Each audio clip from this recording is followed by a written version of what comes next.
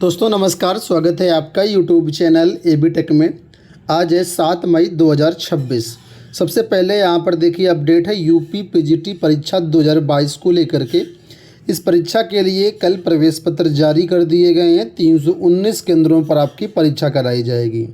उत्तर प्रदेश शिक्षा सेवा चयन आयोग ने अशासकीय सहायता प्राप्त एडेड माध्यमिक विद्यालयों के लिए वर्ष 2022 की प्रवक्ता की परीक्षा के लिए प्रवेश पत्र बुधवार को जारी कर दिए। अभ्यर्थी इसे आयोग की वेबसाइट पर अपना विवरण दर्ज करके डाउनलोड कर सकते हैं।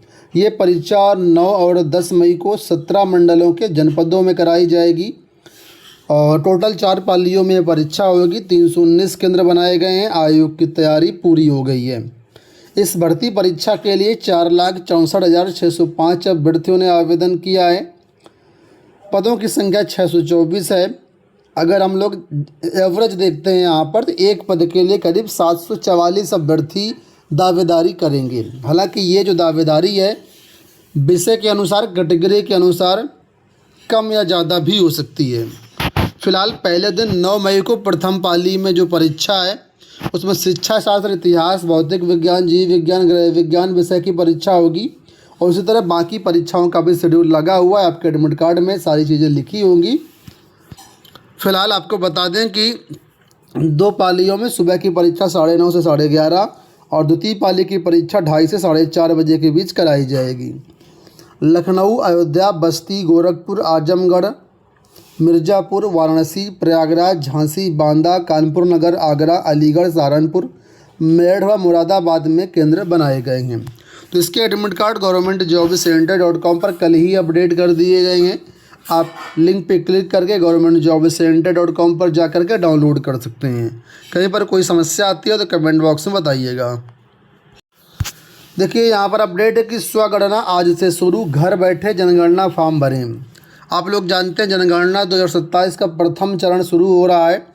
तो 22 मई से जो जनगणना कर्मी हैं वो आपके घर आकर के करेंगे। लेकिन अगर आप सेल्फ करना चाहते हैं जनगणना तो आप आज से शुरू कर सकते हैं। ऑनलाइन वेबसाइट पर जा कर के आप लोग अपने घर की जनगणना खुद कर सकते हैं। खुद जनगणना करेंगे तो किसी भी प्रकार की कोई मिस्टेक नहीं होगी और बिल्कुल एक्यूरेट जनगणना होगी। और जब जनगणना कर्मी 22 तारीख से आपके घर आएंगे तो उनको सिर्फ एक रजिस्ट्रेशन नंबर टाइप प्राप्त होगा, उसको उनको बता देना तो आपका पूरा डाटा उनके पास पहुंच जाएगा और पूरी प्रक्रिया कंप्लीट हो जाएगी। ठीक है। जनगणना करते समय आपको 34 सवालों के जवाब देने होंगे हर एक परिवार को। ठीक है। और उसके बाद आपकी जनगणना जो है कंप्लीट हो जाएगी। पर ध्यान ये रखना है कि आपको जो है जनगणना जैसे आप भर देंगे तो कैपिटल H से शुरू होने वाला 11 अंकों का स्वगणना पहचान संख्या आपको मिलेगी। ठीक है। इसको संभाल करके रखना, स्क्रीनशॉट ले लेना और जब 22 मई के बाद जनगणना कर्मी आपके घर आएंगे तो यही संख्या आपको दिखानी होगी। यूपी पीजीटी परीक्षा को लेकर के देखिए यहाँ अपडेट है कि पीजीटी परीक्षा को लेकर के भ्रामक पोस्ट पर रिपोर्ट दर्ज। उत्तर प्रदेश शिक्षा सेवा चयन आयोग ने पीजीटी परीक्षाओं के संबंध में भ्रामक जानकारी सोशल मीडिया पर प्रसारित करने के मामले को गंभीरता से लिया है। आयोग के उप सचिव के तहरीर दे करके फेसबुक यूजर के खिलाफ कर्नलगंज थाने में रिपोर्ट दर्ज कराई है। आयोग के अनुसार गिरजेश कुमार नाम के व्यक्ति ने अपनी फेसबुक आईडी से पीजीटी 2022 परीक्षा को लेकर के गलत सूचनाएं प्रसारित की। सोशल मीडिया पर यह दावा किया गया कि 29 अप्रैल तक परीक्षा की डेट शीट और शहरों की जानकारी जारी हो जाएगी। साथ ही संशोधित रिजल्ट और रिजल्ट की संभावित तिथियाँ भी बताई गई। जबकि आयोग ने इस प्रकार की कोई भी सूचना आधिकारिक तौर पर जारी नहीं की है। प्रभारी निरीक्षक कर्नलगंज संजय कुमार ने बताया कि मुकदमा दर्ज कर विधिक कार्रवाई की जा रही है। तो कुल मिलाकर के सोशल मीडिया पर आप टिप्पणी भी नहीं कर सकते हो और कोई डेट भी का भी बयान नहीं दे सकते हो कि इस तारीख तक डेट शीट आएगी, इस तारीख तक एडमिट कार्ड आएगा, इस तारीख तक रिजल्ट आएगा। कुछ भी नहीं कर सकते हो। LT ग्रेड में कई विषयों के आवेदन फिर से रिजेक्ट हुए हैं। यहाँ पर देखिए गणित के 77 आवेदन रिजेक्ट किए गए हैं। अलग अलग कारणों से 77 अभ्यर्थियों के मुख्य परीक्षा के आवेदन फॉर्म निरस्त कर दिए गए हैं।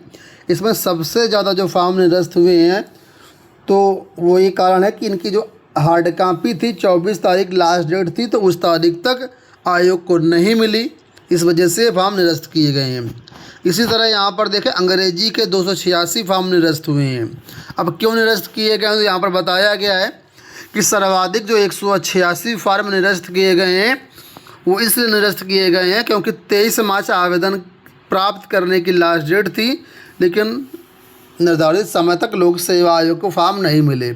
इसके अलावा 53 आवेदन इसलिए निरस्त किए गए क्योंकि अभ्यर्थियों ने उत्कृष्ट खिलाड़ी होने का दावा किया था, लेकिन मुख्य परीक्षा के आवेदन फॉर्म में जो प्रमाण पत्र है वो प्रस्तुत नहीं किया। तो आप भी किसी भी विषय से संबंधित हैं, लोक सेवा आयोग की वेबसाइट पर जा करके अपना स्टेटस ज़रूर चेक कर लें कि आपका फॉर्म रिजेक्ट हुआ है या एक्सेप्ट।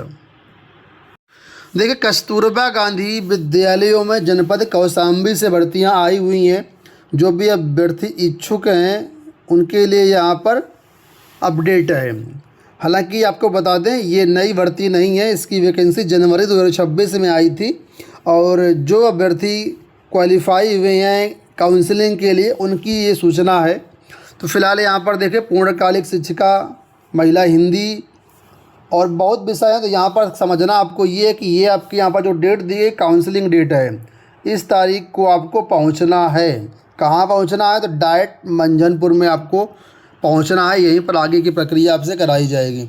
तो सभी विषयों का यहाँ पर शेड्यूल दिया गया है, आप लोग अपने अपने विषय का देख लीजिए और कहाँ पहुँचना है वो भी आपके सामने पूरा मेंशन किया गया है अपने समस्त डॉक्यूमेंट के साथ। ठीक है, आपको यहाँ पर पहुँचना है।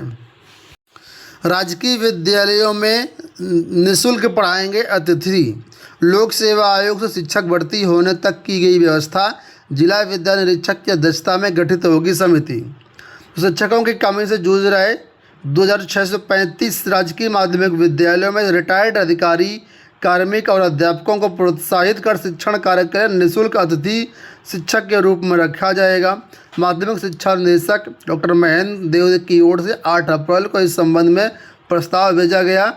इसके बाद 20 अप्रैल को अपर मुख्य सचिव मुख्यमंत्री की अध्यक्षता में आयोजित बैठक में सभी रिटायर्ड शिक्षकों और कर्मचारियों की ग्राम सभावार, विकास खंडवार, जनपद सूची तैयार करते हुए इच्छुक शिक्षकों और कर्मचारियों को उनको विशेषज्ञता के आधार पर संबंधित विद्यालयों में पढ़ाने के लिए कहा गया है।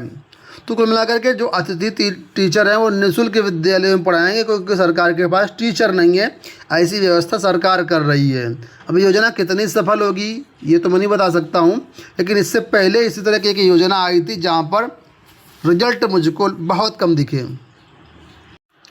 बिहार से अपडेट है। बिहार लोक सेवा आयोग ने परीक्षा के प्रारूप में किया परिवर्तन। शिक्षक बनने के लिए अब उत्तीर्ण करनी होगी 2 चरणों की परीक्षा। बीपीएससी टीआरई आप लोग जानते हैं 4 का विज्ञापन आना है और टीआरई 4 में अब बदलाव कर दिया गया। अभी तक जो भी टीआरई 3 की वैकेंसीज हुई उसमें सिंगल फेज का एग्ज़ाम था, लेकिन अब एग्ज़ाम 2 चरणों में कर दिया गया है। टीआरई 4 में आपको प्री और मेंस दोनों देना होगा। ऐसे बदलाव कर दिए कि थोड़ा सा प्रतिस्पर्धा कठिन होती हुई दिख रही है। ये क्यों किया गया? तो जाहिर सी बात है, यहाँ पर अभी हाल ही में एईडीओ की परीक्षा को रद्द करना पड़ा।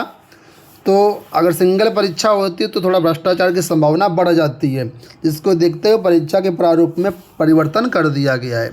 आने वाले समय में जो बीपीएससी टीआरई 4 का नोटिफिकेशन आएगा उसमें 2 चरणों की परीक्षा होगी। दोस्तों, ये हो गई आज की सारी सूचनाएं। इस वीडियो में इतना ही। धन्यवाद, नमस्कार।